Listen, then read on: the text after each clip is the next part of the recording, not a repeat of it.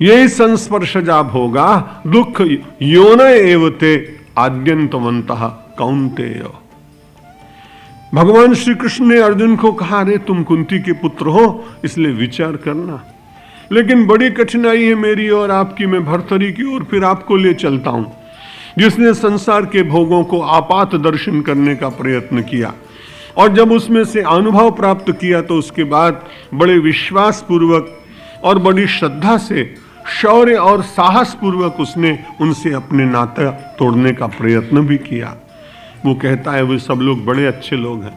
आशा नाम नदी, मनोरथ जला, तृष्णा तरंगा कुला, राग ग्राहवती वितर्क विहिगा, धैर्य द्रुमध्वंसनी, मोहावर्त सुदुस्तराति गहना, प्रोत्तुंग चिंता तटी, तस्या पारगता विशुद्ध मनसा, नंदंती योगीश्वरा।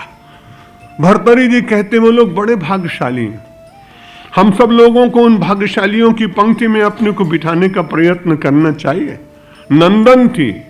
यहां तो उन्होंने कहा कि जो आदमी बुद्धिमान है वो इसमें रमता नहीं है, इनका सेवन करता है, सीमा में रहता है, और जब आवश्यकता पड़ती है तो ये पदार्थ उसको दबा न सकें।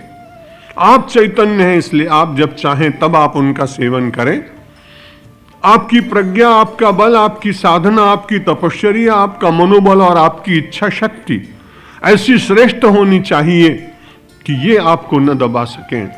कई बार बड़ी कठिनाई होती है, बड़ा विद्वान व्यक्ति भी अपने छोटे से व्यसन के कारण कष्ट का अनुभव करता है।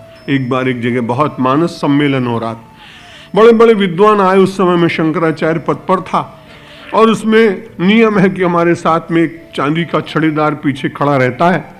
ये सब देखने के बाद बड़ा कष्ट होता था, इसलिए भगवान ने छुड़ा दिया।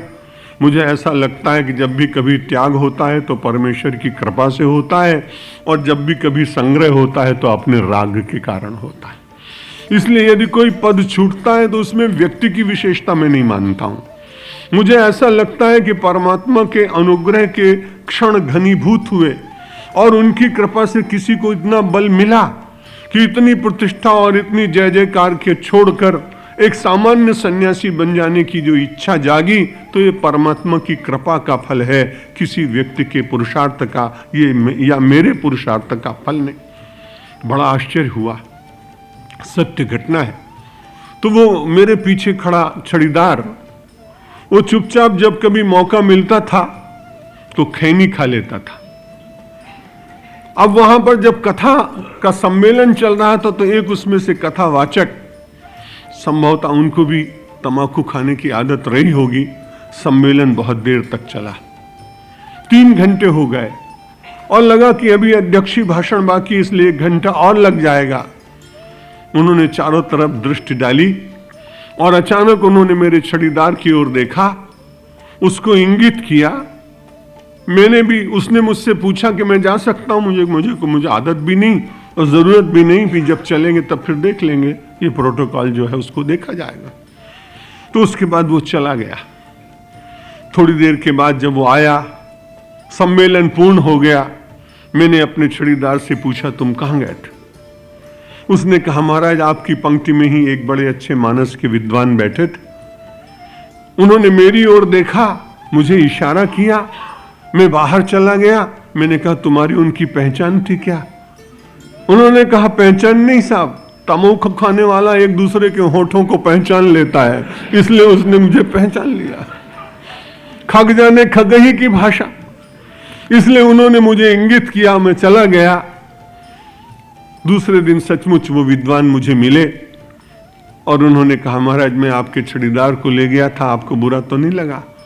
मैंने कहा नहीं, मुझे ऐसा अच्छा लगा कि समानशील व्यसनेषु सख्यम, समानशील वालों से दोस्ती होती है। मैं आपकी बात समझ गया, उसकी मैं व्याख्या नहीं करूंगा और आपको संकोच में डालूंगा नहीं, लेकिन मुझे थोड़ा कष्ट तो हुआ कि इतना विद्वत्तापूर्ण मानस प्रवचन करने के बाद एक छोटे से व्यसन से आप क्यों बंधे हुए? व्यसन आपको बांध ले उचित बात नहीं। आप शासन करें, लेकिन आप किसी व्यसन के द्वारा अनुशासित हों, ये मानव जीवन की बहुत श्रेष्ठ बात नहीं होगी। इसलिए भगवान आदि शंकराचार्य जिस वैराग्य की बात कर रहे हैं वो जंगल में जाने का वैराग्य नहीं है, व्यसनों से मुक्त होने वाला एक समाज निर्मित हो और व्यसन मुक्त समाज के भीतर अपनी शक्ति से सदाचार की ज्योति जले और सदाचारियों का एक समाज निर्मित होकर जो असत में जीने वाले लोग हैं उनको प्रेम से आमंत्रित कर अपने जीवन की ऊर्जा का दर्शन कराते हुए, अनुभव कराते हुए कि यह श्रेष्ठ मार्ग है। इस श्रेष्ठ मार्ग पर चलने के कारण हमारा मन शांत है, हमारी इंद्रियां शांत हैं, हमारी बुद्धि शांत है, हम ठीक निर्णय ले सकते हैं।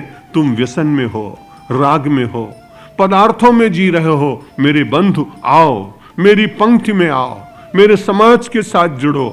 तो इस सारे समाज को सदाचारी समाज बनाने की दृष्टि से भी उस वैराग्य की आवश्यकता है जिसका वर्णन आध्यात्मिक दृष्टि से भगवान आदि शंकराचार्य ने साधक के लिए किया।